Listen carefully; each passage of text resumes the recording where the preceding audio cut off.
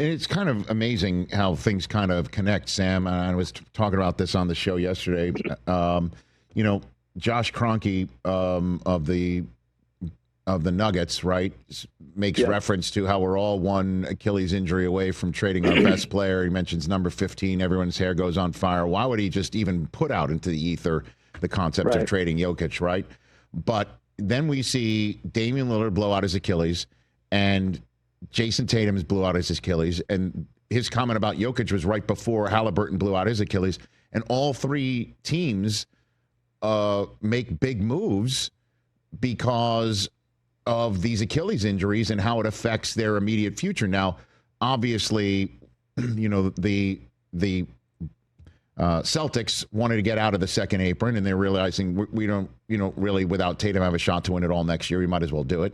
And the Pacers, I guess, didn't want to pay any apron. They didn't want any apron at all, so they move on. But the Bucks are like, yeah, let's pay this guy off and make a move. I think these Achilles injuries all affected everything, minus, I guess, Durant, who I guess might be the George Washington of playoff Achilles injuries. You know what I mean? Right. And on this day and age, it's kind of wild when you think about it. It is, Sam. No, it's crazy. I think there's a CBA component to this, Rich, and the fact that the pressure that this particular CBA is applying to teams and shortening runways, where those Achilles injuries are forcing you to immediately look at your other core players and ask yourself, how much time and patience do we have from those guys?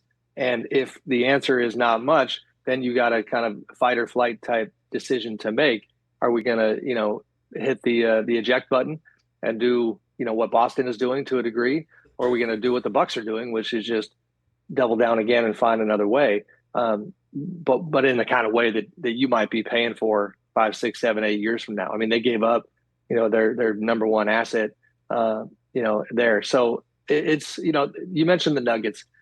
They are an interesting team in this discussion because, they have gone all in for a lot of the Jokic era, but then they emptied their cupboard in terms of draft assets, are already paying the price, or at least were in the past couple of years, because the lack of depth was directly tied to some of the swings and misses they had previously. And they have been teetering to make sure that a guy like Joker has enough around him. And that's without the type of devastating injuries that we're talking about here. Jamal Murray's had some, but nothing of the caliber that these other teams have dealt with lately. So it's just, there's like a knife's edge component to team building in the NBA right now. Like, it's extremely precarious. Even the Thunder, who look like they are on track to do this thing for the next decade, potentially, I would say they need to live in the moment and realize that you never know what might happen. Catch the Rich Eisen Show live weekdays from 12 to 3 p.m. Eastern on Roku Sports Channel in the U.S.